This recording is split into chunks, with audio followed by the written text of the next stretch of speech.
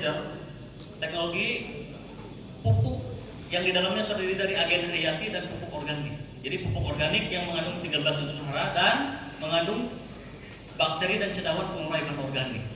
Nah, makanya sebelum kita bercerita tentang apa itu eco-farming, saya akan bercerita dulu tentang pemahaman pertanian yang selama itu seperti apa. Coba di next.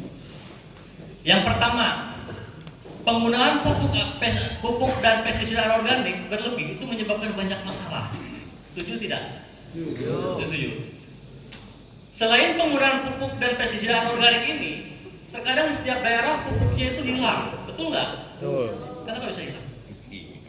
Ada yang tahu? Jadi permasalahan pertanian di Indonesia sampai saat ini,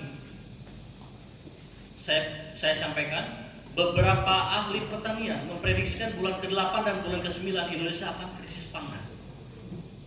Tahu berita yang terbaru sekarang? Indonesia akan apa lagi? Mengimpor 1 juta ton lagi beras. Nah, makanya di sini maka di pasar itu sudah mulai banyak orang-orang yang menimbun pupuk supaya pupuk itu memang susah dicari orang. Kalaupun ada harganya mahal. Nah, ini yang terjadi. Next. Kemudian apa dampak dari penggunaan pupuk anorganik dan pestisida kimia sintetis itu? Kerusakan pada tanah yang sampai sekarang tidak ada siapa yang harus bertanggung jawab. Karena kerusakan pada tanah inilah yang menyebabkan produk hasil pertanian yang kita makan itu mengandung residu dari bahan kimia sintetis dari pupuk anorganik dan pestisida. Apa hukumnya kira-kira kalau kita membuat makanan, membuat bahan hasil produktivitas pertanian tapi mengandung racun? Kira-kira hukumnya ada yang tahu nggak? Meracuni orang hukumnya gimana? Nah, makanya di sini saya akan memaparkan sedikit-sedikit apa sih permasalahan sebetulnya.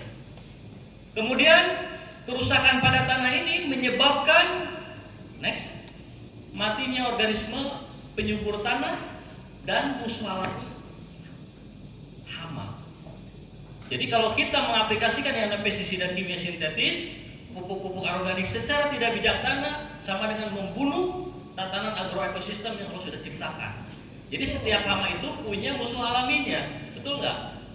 Di daerah Jawa Tengah yang namanya serangan tikus itu ketika menyerang satu hari satu malam bisa habis ratusan hektar. Kenapa bisa terjadi? Karena musuh alaminya berupa tikus ditangkapin oleh musuh alami tikus apa? Ular. Ularnya tangkapin siapa? Ularnya tangkapin manusia, dijual ke Jakarta. Karena di Jakarta pernah ada ular. Akhirnya terjadilah ketidakseimbangan ekosistem, tikus merajalela di suatu tempat dan akhirnya meluluh lantakan yang namanya padi dalam satu malam bisa rusak ratusan hektar. Inilah dampak dari pada penggunaan pestisida organik dan secara tidak bijaksananya kita dalam bertani. Makanya dengan adanya eco-farming ini kita mengajak seluruh mitra PTB, seluruh petani di Indonesia harus berpikir rasional. Rasional itu harus masuk akal. Karena selama ini kita bertani ini terkadang tidak rasional. Di suatu kawasan yang terjadi banyak yang namanya populasi tikus, suruh gapokkan ngumpul, suruh bainahu, katakanlah musyawarah di antara mereka, bagaimana caranya mengendalikan tikus supaya tidak menyerang. Akhirnya ada yang memberikan masukan harus pasang listrik. Kawat dipasang di sekeliling sawah. Kemudian targetnya tikus supaya kena. Yang kena siapa? Manusia. Petaninya mati. Banyak kejadian. Makanya dengan adanya eco-farming paling tidak kita bisa berpikir rasional. Rasional terus masuk akal. Sebenarnya ada informasi di daerah pertanian Lembang untuk mendapatkan hortikultura berupa sayuran berupa daun, produksi daun, itu ada yang mengaplikasikan lotion anti nyamuk. Itu jauh sekali sudah dari pemahaman cerdas dalam bertani dan solusi pertanian sehat ramah lingkungan. Nah, makanya dengan eco-farming ini bagaimana caranya kita memberikan solusi yang terbaik untuk petani ini supaya nanti kita akan uraikan sebetulnya apa sih permasalahannya sebenarnya. Coba next dulu. Yang ketiga adalah produk pertanian mengandung residu kimia berbahaya untuk kesehatan yang menyebabkan penyakit degeneratif. Penyakit degeneratif, ada yang tahu? Penyakit menurunnya fungsi organ tubuh manusia. Jadi jangan heran kalau ada bayi baru lahir sudah divonis diabetes dengan kadar gula di atas 500 mg per desiliter. Orang normal saja 120 dikasih 200-300 sudah pusing kepala. Nah, ini dampak dari penggunaan pestisida organik dan pupuk kimia ini, pupuk kimia sintetis, itu menyebabkan bayi yang baru lahir sudah divonis punya diabetes dan divonis umurnya tidak akan lama. Dari permasalahan produk pangan yang kita ciptakan. Jadi kita sepakati dulu, kira-kira kalau kita masih bertani, masih menggunakan cara seperti ini, berdosa tidak? Berdosa tidak? Nah, kalau berdosa, mulai sedikit-sedikit kita kasih pemahaman. Coba saya mau tanya, di sini yang sudah mitra PTBS nggak cukup? Ada berapa orang? Panitia ada 50%, 60%? Ada ya? Nah, yang belum, mudah-mudahan secepatnya join. Supaya dapat apa? Ya. Supaya dapat keberkahan. Karena alhamdulillah ketika masa pandemi ini banyak perusahaan yang gulung tikar, PTBS malah bagi-bagi mobil. Nah, kemudian kembali ke materi. Selanjutnya, dampak paparan pestisida terhadap kesehatan manusia. Jadi sebetulnya kalau kita mengaplikasikan pestisida pada tanaman, terkadang petani di Lembang saja Jawa Barat itu punya rumus sendiri. Rumusnya 3-4. Ketika saya tanya apa itu 3-4, pokoknya ada hama, tidak ada hama, semprot. Itu sudah jelas keliru. Kenapa keliru? Masih mending kalau ada hamanya diaplikasikan penyemprotan, dia kena hamanya. Kalau tidak ada hamanya, diracun apanya? Tanamannya, residunya, ya kita yang makan. Nah, makanya di sini inilah dampak paparan penggunaan pestisida terhadap kesehatan manusia. Banyak, mohon maaf, para petani kita di masa di masa akhir masa ujung umurnya itu terkadang karena memang bertani udah puluhan tahun matanya kena rabun karena dampak dari uap pestisida yang terserap oleh mata. Banyak itu kejadian.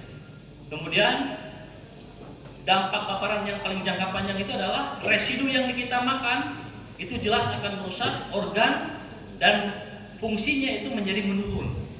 Jadi degeneratif itu menurunnya fungsi organ tubuh manusia. Ginjalnya sudah tidak berfungsi, kalau masuk ke kedokteran harus di mesin hidrolisa atau dicuci darah. Nah, ini dampaknya dari penggunaan pestisida anorganik. Next. Nah, ini yang saya ceritakan tadi. Kalau lihat gambar seperti ini, yang jadi tersangka apanya? Itu ada identifikasi karena ada tangki, tangkinya ada pestisidanya. Itu tersangka. Mau sampai kapan kita seperti ini? Karena setelah dicetuskannya Revolusi Hijau tahun 1950, di situ sudah terjadi yang namanya kelaparan di mana-mana. Kalau sudah terjadi kelaparan di mana-mana, jelas di situ umur manusia itu tidak tembus sampai di atas 60, itu tahun 50-an. Makanya tercipta Revolusi Hijau yang segalanya serba instan. Apapun yang kita makan seperti hari ini, bulir padi yang kita makan itu mengandung urea sintetis yang akan masuk ke dalam tubuh manusia. Karena memang produk dari Revolusi Hijau itu adalah serba instan. Nah, makanya kita kembalikan bahwa produk yang kita makan ini harus memang sehat dan menyehatkan. Ta'amun thayyib, makanan yang baik dan menyehatkan. Kalau makanan yang baik dan menyehatkan sudah pasti halal tidak? Kalau misalkan makanan yang baik dan menyehatkan sudah pasti halal tidak? Tapi produk halal sekarang sudah dipastikan baik dan menyehatkan tidak? Belum tentu. Nah, ini salah satunya produk dari hasil pertanian yang kita makan atau dampak dari penggunaan pestisida atau cara pengendaliannya seperti ini. Jadi ini tidak usah ada lagi korban. Ini sebetulnya mati konyol. Petani itu adalah pekerjaan yang mulia. Tapi jangan sampai seperti ini. Matinya di tengah sawah. Kenapa ini kira-kira? Terhirup pestisida yang di sebelah sana. Keracunan. Jadi yang harusnya memarat. Karena gini ya, sejago-jagonya petani konvensional itu bisanya hanya meramu pupuk anorganik dan meracik pestisida saja. Tepat mereka. Jadi tanaman aman, tapi dampaknya residunya itu sangat luar biasa. Coba next dulu. Bapak dan Ibu semuanya harus menyadari bahwa bumi ini diwariskan hanya untuk orang-orang yang soleh. Untuk orang-orang yang soleh itu orang seperti apa? Orang-orang yang tidak membuat kerusakan di muka bumi. Pernah mendengar banjir di Pulau Jawa akhir-akhir ini? Sebetulnya itu ajab itu diundang atau emang datang sendiri? Ada perundangnya. Paling tidak karena skop kita di pertanian, jangan mengundang ajab di bidang pertanian. Makanya dampak penggunaan pestisida dan pupuk kimia organik itu kita minimalisir, bukan kita fanatik terhadap penggunaan itu, tapi kita minimalisir supaya lebih aman dikonsumsi oleh manusia atau warga masyarakat Indonesia. Nah ini dasarnya bahwa bumi ini diciptakan untuk orang-orang yang soleh. Next, Bapak dan Ibu pernah mendengar ayat pertanian nggak? Bahwa Rasulullah itu adalah seorang revolusioner pertanian. Ada yang tahu buktinya? Perjalanan hijrah dari Mekah ke Madinah yang terkenal itu penduduk Mekah itu adalah saudagar, pengusaha, dan pedagang. Kaum Muhajirin, kaum Ansor di Yasrib, mereka adalah seorang petaninya. Makanya dengan kedua bidang usaha ini antara perdagangan dan pertanian bisa menguasai 2/3 dunia di tangan Rasulullah. Ternyata Rasulullah itu dulu bertani. Pengen tahu buktinya? Kurma yang paling mahal sekarang kurma apa? Kurma apa? Kurma itu harganya berapa? Di atas 250.000 per kilo. Kurmanya kecil, bijinya kecil, kemudian kering. Itu hasil karya tangan Rasulullah. Apakah perlu ada bukti lagi? Ini buktinya surat Al-Baqarah. Falyanzuril insanu ila ta'ami. Apa bukti kita harus memperhatikan makanan atau memproduksi makanan itu harus memang betul-betul sehat dan menyehatkan? Ini dasarnya. Hendaklah setiap manusia memperhatikan makanan. Jadi menciptakan makanan yang baik dan menyehatkan itu hukumnya wajib. Jadi kalau ada petani yang jagonya tadi formulasi pupuk kimia dan pestisida, ingatkan dengan ini, bahwa kita sebagai petani itu harus memang menyiapkan makanan atau pangan aktual itu harus memang bersifat baik dan menyehatkan. Kalau yang dulu insanu ila ta'ami. Anna sobabal ma'asoba. Kemudian Allah turunkan hujan. Tadi bagaimana caranya? Allah turunkan hujan, summa sakokna ardo sakok, kemudian bumi dibelah. Jadi inilah ayat-ayat pertanian sudah dilaksanakan Rasulullah. Kemudian ketika bumi dibelah, artinya dicampur. Wa inna bawa korban ditemukan biji-bijian. 21 kali di Al-Quran biji-bijian diceritakan. Tapi kenapa jarang diceritakan bahwa dulu zaman Rasulullah itu bertani? Nah ini yang tidak ditemukan. Nah setelah saya pelajari, ternyata peradaban Islam bisa menaklukkan Persia dan Romawi oleh orang-orang muslimin ketika itu. Ternyata pertanian zaman dulu itu sudah bisa mencukupi dan menyebarkan syariat Islam itu menyebar sampai 2/3 dunia. Ternyata fungsinya dari makan. Kenapa di Indonesia sampai sekarang terjadi gonjang-ganjing? Karena urusan makannya tidak diperhatikan. Siapapun presiden yang terpilih, kalau sudah tidak komitmen terhadap pengadaan masalah makan, masalah hajat hidup manusia, siap digonjang-ganjing siapa saja. Karena urusan hajat hidup manusia ini adalah urusan yang paling vital setelah ibadah. Ini. Kemudian wa inna bawa korban wa zaituna wa nahla, karena ini memang ayatnya turun di Timur Tengah, maka ditumbuhkanlah kurma dan pohon zaitun. Wa hadaika gulban wa faqita waban matalakum wa li'anamikum, supaya kamu dan binatang ternakmu senang. Jadi ketika pupuk menghilang di pasaran, kalau kita memegang konsep wilayah ini, kita sudah tidak usah lagi pusing mikirin urea. Jadi ketika negara-negara maju, katakanlah Ethiopia, setelah dipegang Israel pertaniannya, yang tadinya ranking pertaniannya paling belakang di angka 100 ke atas, sekarang dipegang Israel, bahwa Ethiopia ini adalah negara yang teknologi pertanian nomor 9 di dunia. Indonesia bagaimana? Indonesia masih berkutit di 51-52, masih ribut urusan urea. Ureanya hilang. Nah makanya di sini kalau pertanian ini tetap berjalan, bisa menciptakan pangan yang sehat dan menyehatkan, maka kuncinya mata lakum wali anamikum. Kita harus punya ternak sendiri. Dan doakan PTBS mudah-mudahan izinnya segera keluar. Jadi produk EcoFit itu termasuk EcoFit New Formula itu adalah probiotik, dalamnya bakteri. Nah, bakteri itu kalau kontak dengan sistem pencernaan ternak itu akan meningkatkan yang namanya kualitas telur, daging, dan susu. Maka di berbagai daerah yang menggunakan EcoFit itu 30 hari ayam boiler bisa tembus di atas 2 kilo. Makanya produk EcoBase PTBase ini sangat luar biasa. Dan insya Allah nanti untuk pendamping eco farming kita ada produk agen hayati. Kalau diaplikasikan ke tanaman itu tidak disukai pada penyakit. Jadi produktivitas akan meningkat. Dan itu teknologi pertama di dunia yang insya Allah akan dimiliki oleh PTBase. Tepuk tangan dulu dong buat PTBase. Next.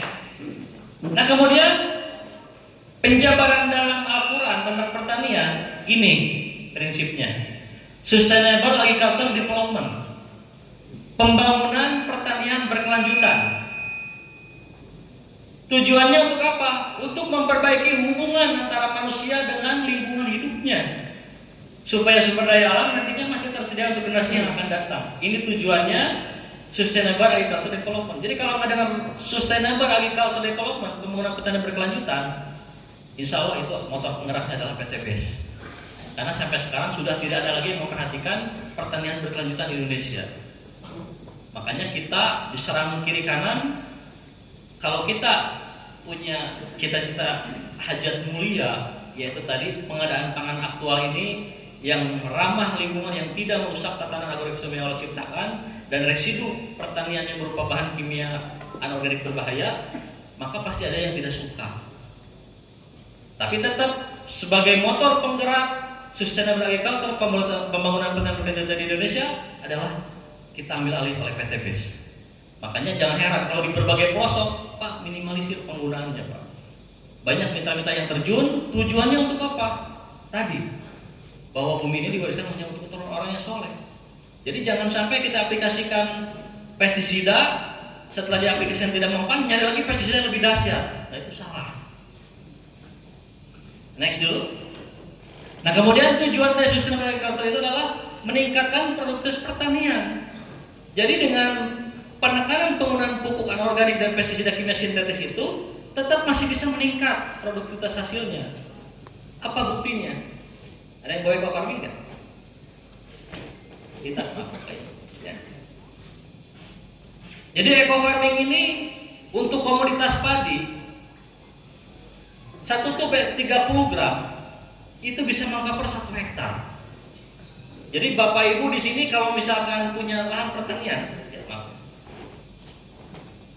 punya lahan pertanian yang biasanya manggul pupuk anorganik itu 5-6 kintal, nilai jual yang dimiliki oleh eco farming cukup masuk saku saja 10, nggak usah dipanggul. Hasilnya bagaimana? Bisa diadu. Yang sudah teruji di Serang, di Kerawang, tadi videonya sudah ada, itu bisa tembus di atas 10 ton. Makanya Bapak Ibu doakan semua para penyuluh di PTBase, para owner, para leader, para semuanya. Sebentar lagi insya Allah PTBase akan meluncing benih padi yang bisa tembus di atas 15 ton. Jadi satu paket Jadi satu paket, karena pangsa pasar eco farming ini ketika tanaman bagus, farming, para mitra, para petani masih beli pestisida anorganik ke toko pertanian sebelah. Masih pincang, percuma. Ketika pupuknya sudah bagus, benihnya kurang bagus, beli benih padi di tetangga sebelah. Makanya PTBase mulai dari benih, pupuk, dan pestisida agen hayati akan dimiliki semua nanti. Makanya ini adalah sebuah teknologi dahsyat. 1 tub berupa 30 gram bisa mengcover 1 hektar lahan sawah. Nanti bagaimana caranya bisa diujikan di sini. Kemudian yang kedua adalah bisa meningkatkan kesejahteraan petani dan masyarakat.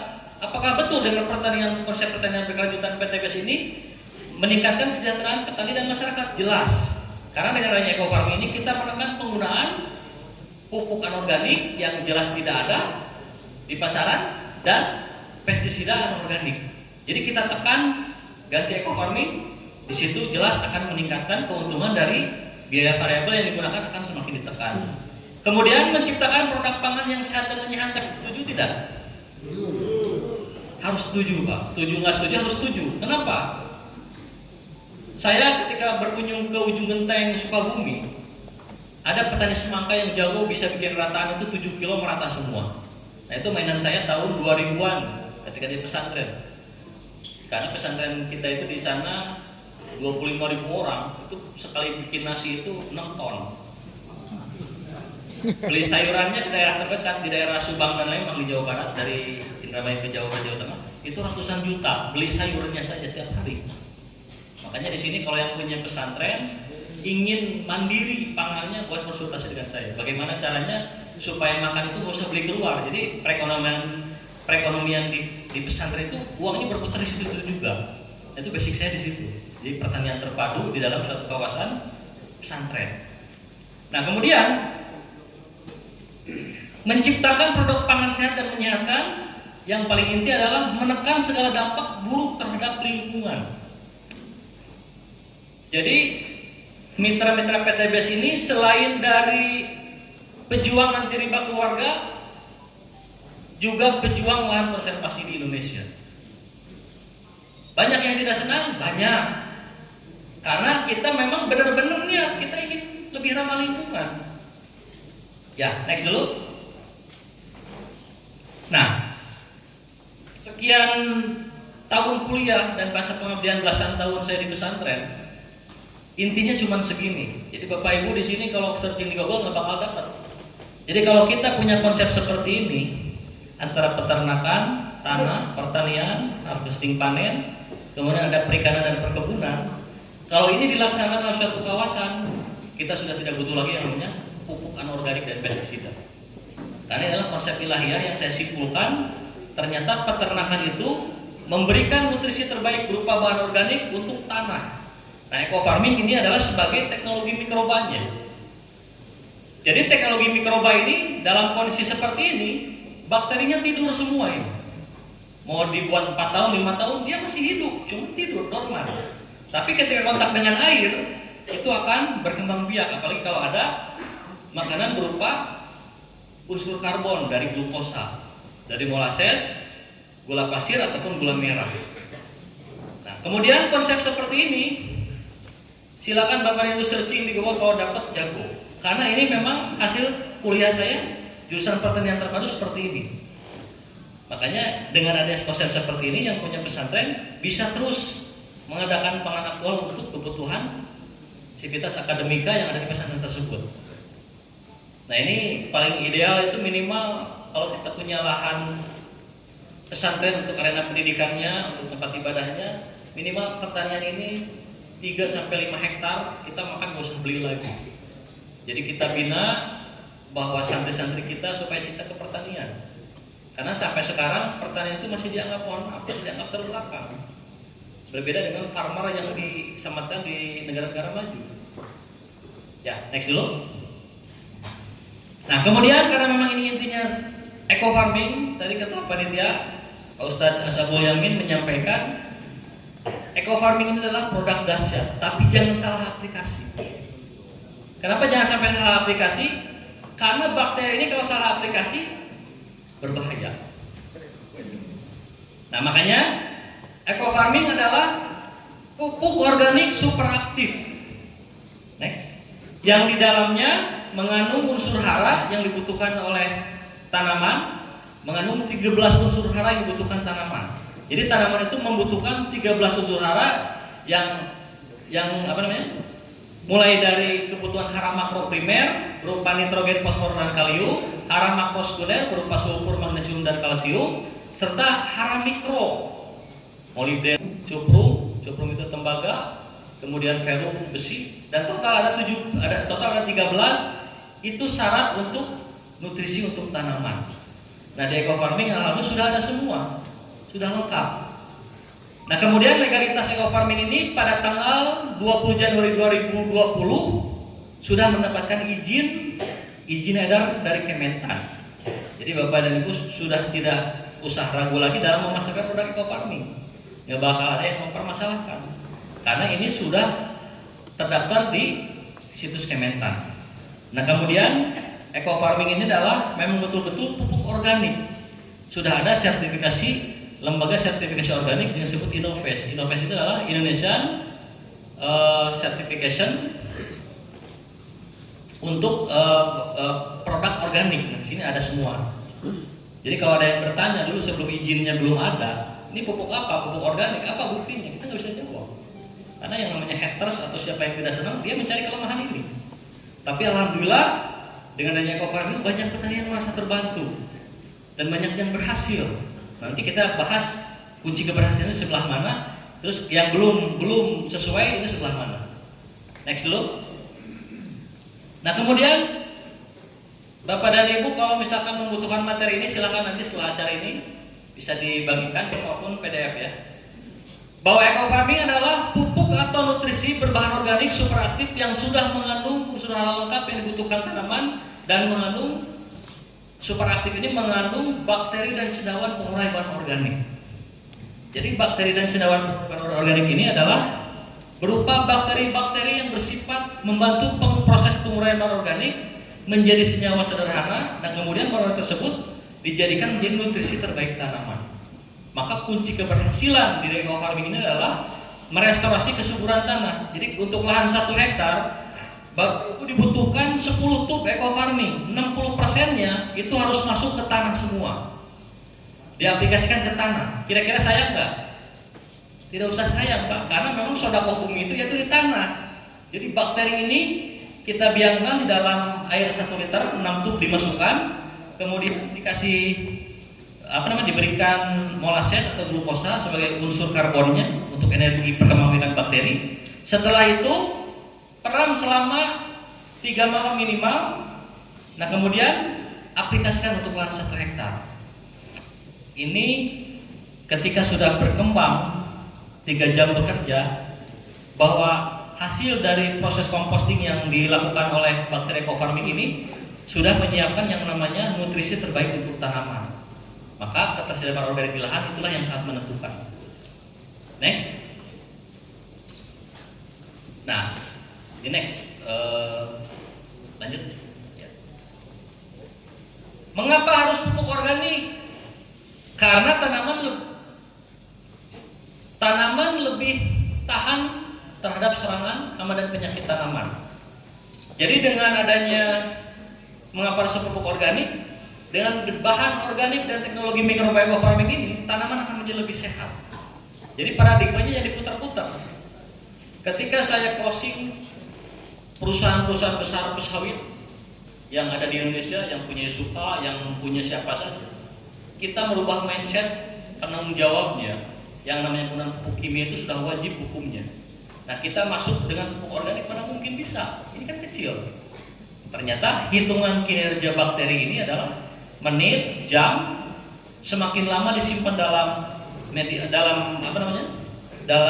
pelarut berupa air kelapa, itu semakin bagus. Tapi tidak boleh diaplikasikan pada tanaman, itu kuncinya. Nah kemudian kenapa harus pupuk organik? Nanti kita ceritakan semuanya. Saya sharing di grup, ini materi ini gratis.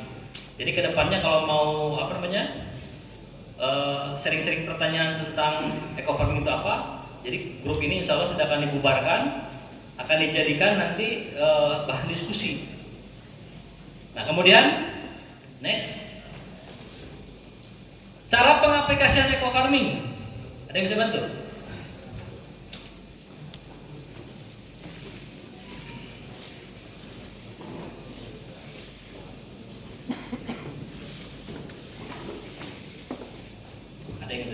Pembiangan itu apa? 1 tub eco farming atau 6 tub eco farming dimasukkan ke dalam 1 liter pelarut. Ya. Nah, cara buatnya seperti ini. Ini buka aja dulu. Pertama, pembiangan, pengenceran, dan penyemprotan. Ya, next. Pembiangan itu seperti apa? Pembiangan itu adalah proses pencampuran tub eco farming ini dengan pelarut yang kita rekomendasikan. Pelarut yang paling terbaik itu adalah air perasan tebu. Tahu air perasan tebu? Nah itu kalau diperas itu bagus untuk pelarut eco farming. Nah ini kita bedakan dulu untuk media tanam dulu. Ternyata eco farming ini yang sudah difermentasikan tidak boleh diaplikasikan ke tanaman ataupun daun. Coba di sini ada yang pernah tanamannya menguning nggak setelah aplikasi? Ada nggak? Ya, Bapak menguning. Berapa hari difermentasinya Pak? 3 hari. Kenapa bisa menguning? Bisa jawab nggak? Dipakai gula? Air tebu ya. Kenapa bisa menguning ke tanaman? Karena memang rekomendasi penggunaan air perasan tebu atau air biasa ditambah glukosa atau air kelapa ditambah glukosa itu bisa menyebabkan stomata itu tertutup. Karena dengan adanya proses fermentasi ini tidak boleh diaplikasikan pada tanaman atau daun. Baik di brosur-brosur bahwa eco farming ini bagus disimpan dalam proses fermentasi yang lama, tapi hadisnya jangan terpotong untuk media tanam. Jangan sekali-kali diaplikasikan ke tanaman. Kenapa bisa menguning? Penyebabnya bisa tinggi herbisida, bisa aktivitas bakteri yang sudah difermentasi tadi semakin banyak, dan yang ketiga adalah glukosa itu akan menutup stomata mulut daun. Jadi jangan diaplikasikan lagi. Selama ini bisa nyimpulkan nggak Pak? Kenapa menguning? Nah, jadi itu jawaban. Jangan sampai terulang lagi. Jadi biang yang sudah difermentasikan itu tidak boleh diaplikasikan pada. Nah ini kita anggap air perasan tebu ini 1 liter. Nah kita cara pembuatan pembiangan. Yang pertama air perasan tebu 1 liter.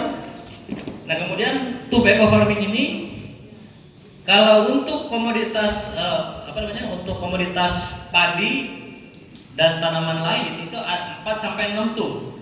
Jadi dibutuhkan 6 tub ini masuk ke dalam 1 liter pelarut semua ini.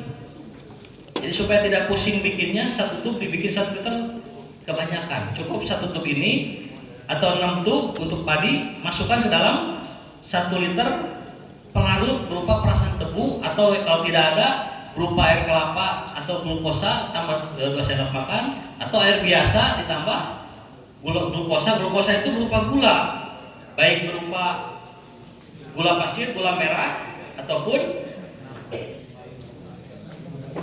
nah ini nih, ini air perasan tebu ini. Nanti kita uji coba, minta sumber listrik, kita uji cobakan bahwa air yang kita rekomendasikan itu seperti apa responnya terhadap elektroda yang kita alirkan berupa listrik. Ya. Nah ini air perasan tebu, ini recommended